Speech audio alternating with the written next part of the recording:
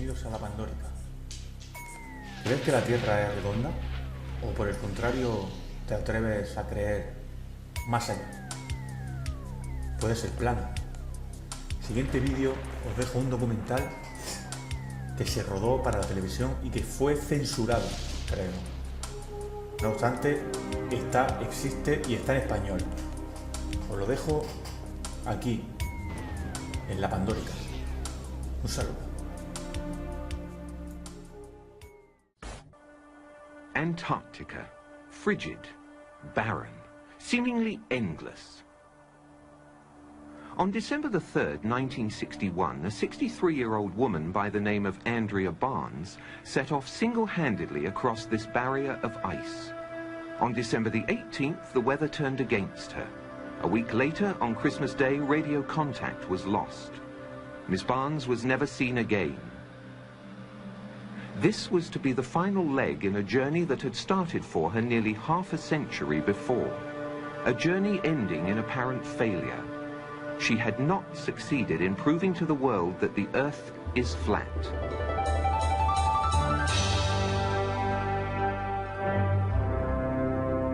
It has a flat top and it's shaped like a top.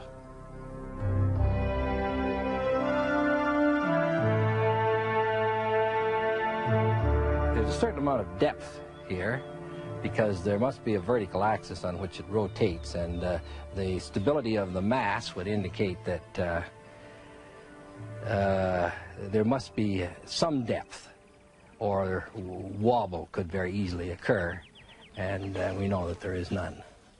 It's a commonly held misconception that the Earth is a spherical object that revolves around the Sun. But the fact is, of course, that the Earth is a circular dish surrounded by a barrier of ice that explorers like Andrea Barnes have been attempting to penetrate for centuries.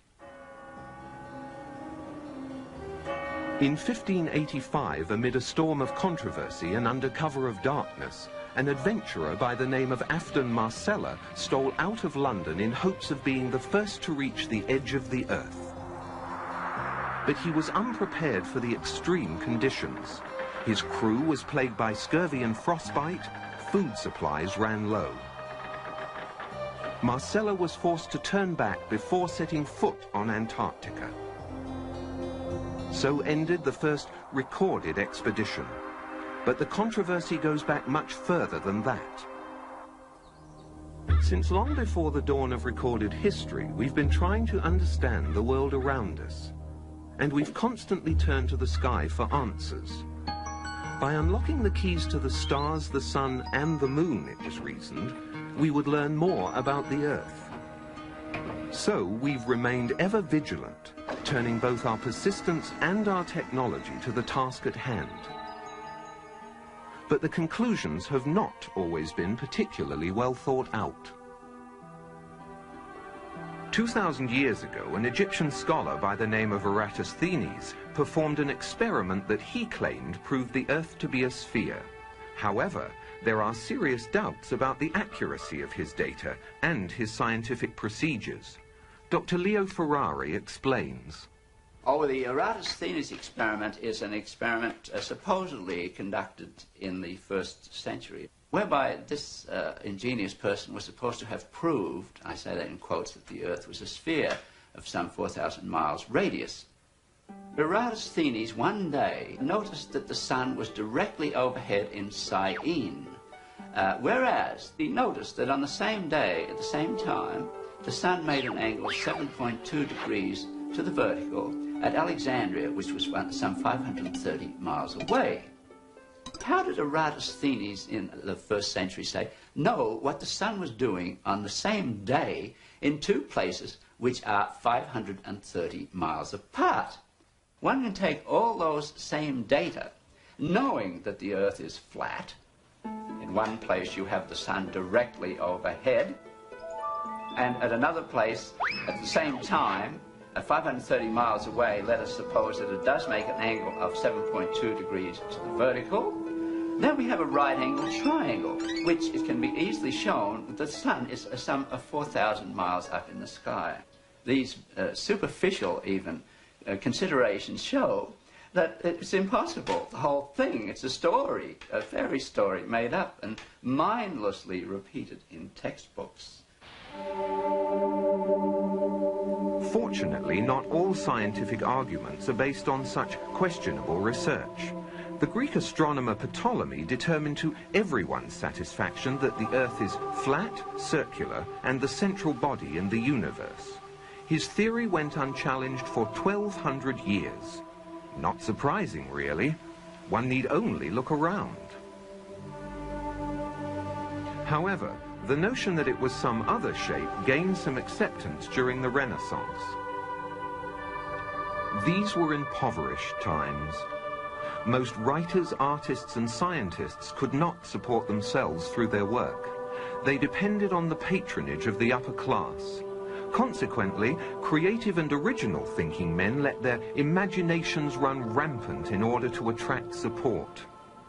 The fact that Leonardo da Vinci designed a flying machine late in the 15th century confirms that the sky was the limit to which scientists would go to impress potential backers. And an examination of the shape of the Earth was a popular theme. In 1543, the Polish astronomer Copernicus suggested the bizarre notion that the Earth is a round ball that circles the sun. But his book emphasized it was only a hypothesis. He further avoided controversy by withholding the book for 13 years, and then by dying on the day it was published. Edmund Halley, the highly esteemed British astronomer, best known for the comet named after him, proposed that the Earth is made up of several concentric spheres, each supporting life, placed inside one another in the manner of a Chinese box puzzle. Marshall B. Gardner, however, insisted that the Earth is completely hollow except for a small sun that lights the interior.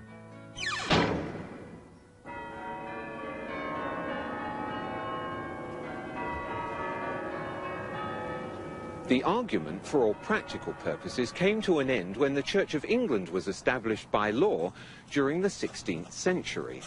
They rejected many laws of the ancient Catholic Church, and to appear forward-thinking, they embraced many radical scientific notions prevalent at the time, including Copernicus' round Earth theory. With this endorsement, the theory found its way into the schools, which were then largely controlled by the Church. It has remained there to this day, and many children have accepted it without question. Andrea Barnes was not one of those children. Born into an Ontario farming family in 1898, Andrea was a bright child who spent much of her time learning about the world around her.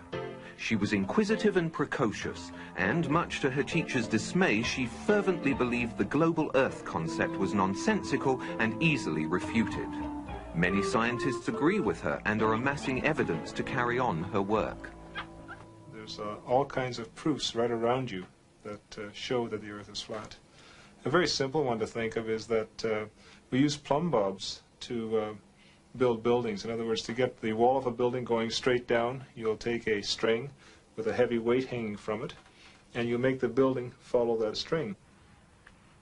That plumb bob will point to the center of a round Earth. That means that if you imagine that this was the correct Earth, you can imagine a plumb bob held here would point in that direction, and a plumb bob held here would point in that direction. That means the buildings would be bigger on the top than at the bottom. It would also mean that boats would constantly be sailing downhill. And invariably, in any discussion about the shape of the Earth, the first argument used in support of its rotundity is that as ships sail out to sea, the tops of their masts are visible longer than the hull. The fact is, of course, that the light rays from the lower part of the ship are no longer reaching the shore. When we consider that so eminent an authority as Einstein postulated and indeed proved, that light rays bend perceptibly in gravitational fields, it should not be surprising that the light rays from the lower parts of the ship do not succeed in reaching the shore, are incapable of entering the eye of an observer, and so the particular part of the ship from which those light rays come is not seen. But it was hundreds of years before Einstein's time when explorers like Sir Francis Drake and Ferdinand Magellan were pushing out the boundaries of the known world. and it wasn't easy. As they ventured further and further from established trade routes, the fear of coming to the edge of the world and falling off became a very real one. Sailors became increasingly apprehensive about joining such an expedition. So Copernicus' notion that the Earth was a ball you couldn't fall off of was readily embraced by businessmen.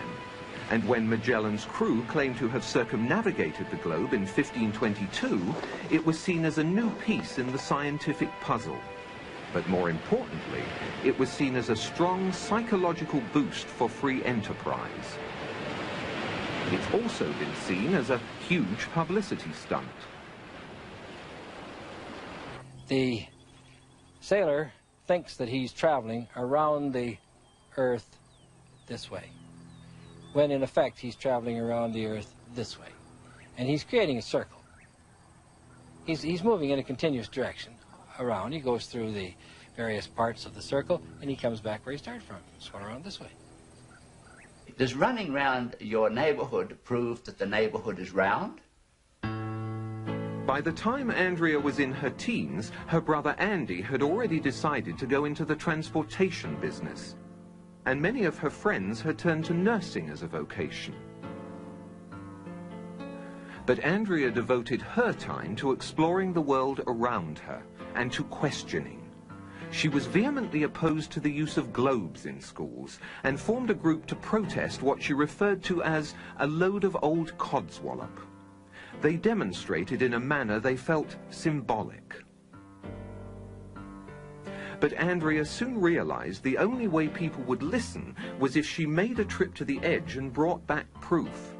And so, on her 16th birthday, she set off across the snowy deserts of Antarctica with little more than a borrowed pair of skis. However, like Marcella some 300 years earlier, she was unprepared for the harsh conditions and was soon forced to turn back. She tried to raise money for a larger expedition, but her cause was overshadowed by the outbreak of World War I, and it became more important to worry about maintaining one's stake in the world than arguing over its shape.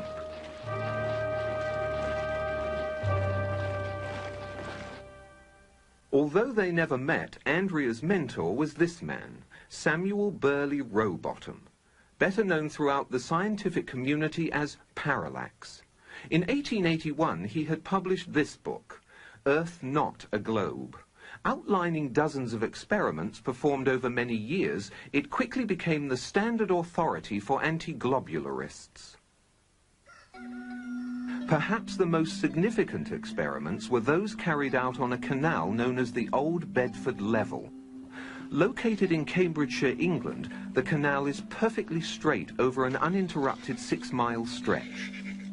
While there, Parallax conducted many experiments, all towards one conclusion, to prove that the surface of the water in the canal was indeed perfectly flat.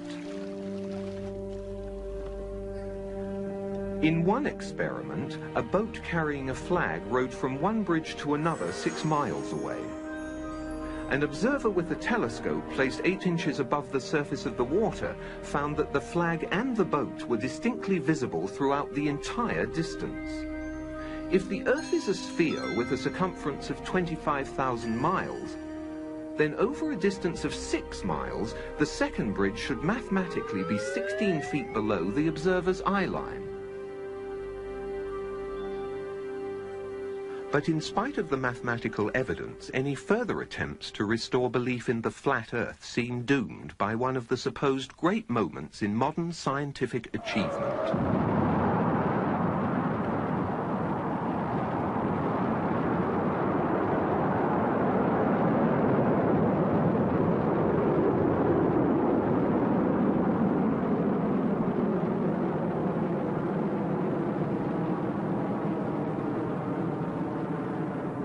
At last, after thousands of years of uncertainty, man was able to get far enough away from the Earth to have a good look at it in all its resplendent beauty. It did appear curved, and photographs were brought back for all to see. However, according to experts, these photographs are much less conclusive than one might think. Einstein told us that light actually is attracted by gravity. In other words, the path of light is not straight in a strong gravitational field. So astronauts looking at the Earth see a curved Earth, but what they don't realize is that it's not the Earth that's curved, it's the light taking a curved path from the Earth because of the strong gravitational field of the Earth that makes the Earth look curved. So you're saying that those photographs from space that the Apollo mission brought back don't represent the Earth as it really is? Of course they represent the Earth as it really is, as seen by curved light. And so those photographs from space are entirely correct. And it's just that what has to be taken into account when we take data from those photographs is that light traveling through space is curved by gravity. And so it'll make straight things appear curved. And you know, it'll also make curved things appear straight. So you have to be very careful when you use light to measure things in a very high gravitational field. They're going up, and the astronaut thinks he's leveling off this way, going around, when in effect he's leveling off this way, and he goes around in a circle, this, like so. The farther out he goes, the less he sees of the Earth. He makes a bigger circle, he can make as big a circle as he likes, and which is in effect exactly the same as if he was going around the world this way, and going out farther, he makes a larger orbit.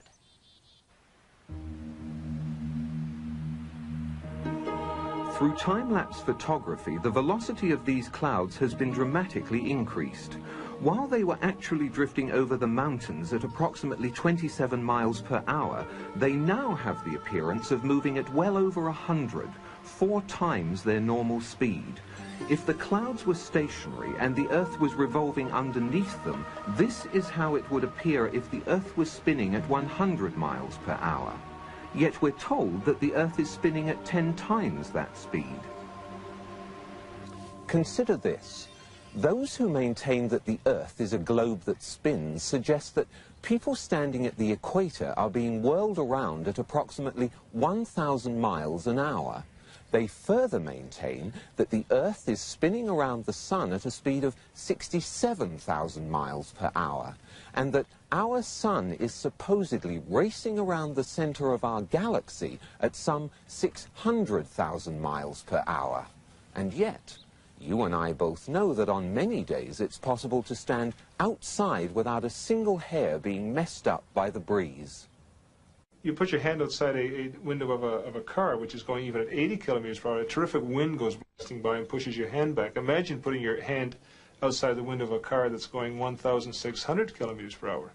You just take your hand right off. With a sphere of 4,000 miles radius being spun round once every 24 hours, a little bit of calculations will show that that person there is being spun round at about 1,000 miles an hour and doesn't know it. I mean, this is obvious nonsense. You go on a merry-go-round and it goes, I doubt, more than 10 miles an hour, and you get off all dizzy. You mean to tell me that people can be spun round at approximately 1,000 miles an hour and not know it? Why, if this is so, this whole room that we're in is supposedly being spun round at something of approximately that order of speed, and we don't know it? There's all kinds of evidence for the phenomenon of what's called continental drift. This means that the continents are able to move as if they're floating on a fluid. Now, if the Earth is spherical, if it's spinning, anybody knows that if this is spinning very, very, very fast like that, that the continents should all be located at the equator, because centrifugal force would move the continents from the poles to the middle. One of the real big problems that maybe is a little bit easier to understand, sound doesn't travel nearly that fast.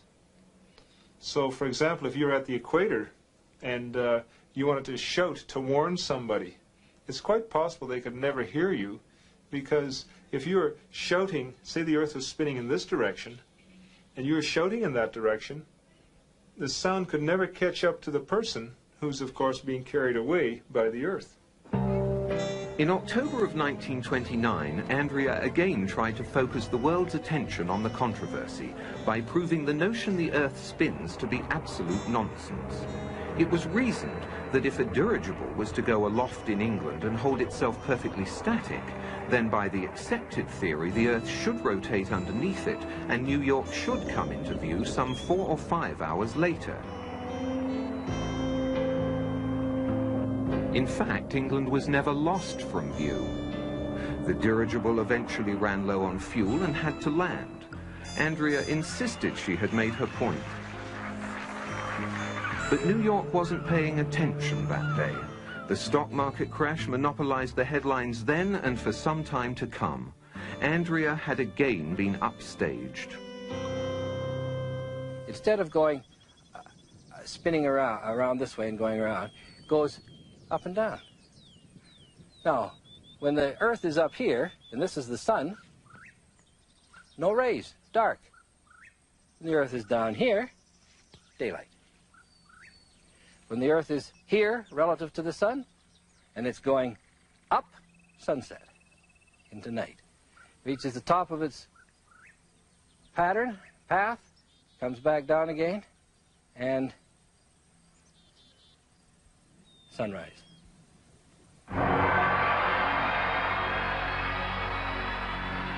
Now, an interesting thing happens at the ends of the Earth.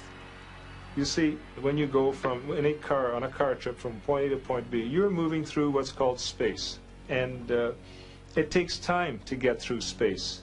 But if there is space, there must also be non-space. It's kind of like saying, if there's wet, there must be dry. You can't have one without the other. It's obvious. So when you get the end of the pizza model of the Earth, you're actually moving from space into non-space. Now, you can move through non-space in no time.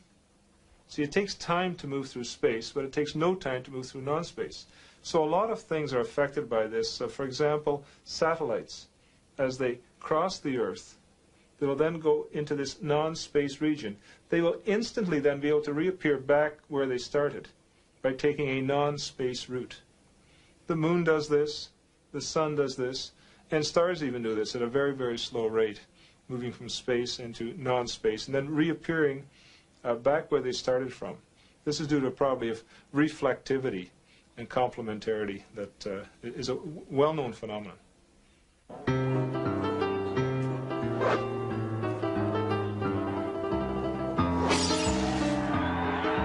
By November of 1938, Andrea was prepared for her second attempt to reach the edge. A consortium of financiers were providing her with a plane and a large enough crew to make a legitimate go of it. And so, once again, an optimistic Andrea found herself in Antarctica. And once again, fate was against her. A freak spring blizzard took them by surprise. They were unable to leave base camp, much less make a trip to the edge. The entire expedition was very nearly wiped out.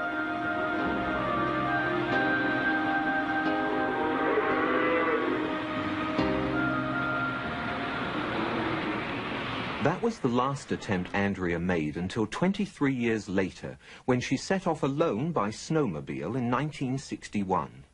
Until recently, that was the end of the story.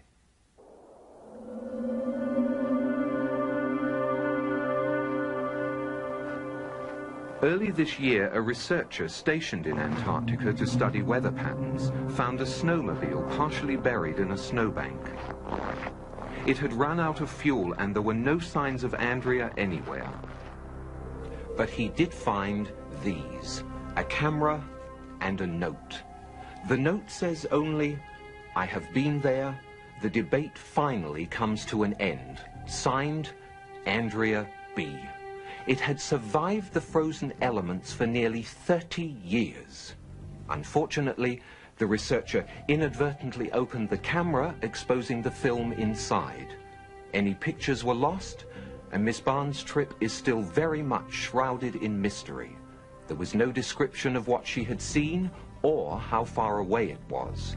But if we are to believe the note, then Andrea Barnes was very likely the first person in history to visit the edge of the Earth.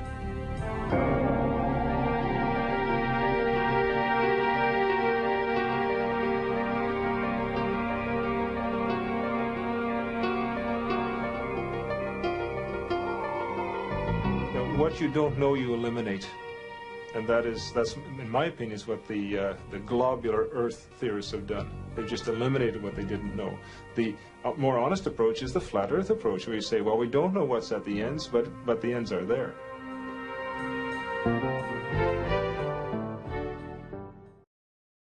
Lapandorica.com. Mucho más que noticias.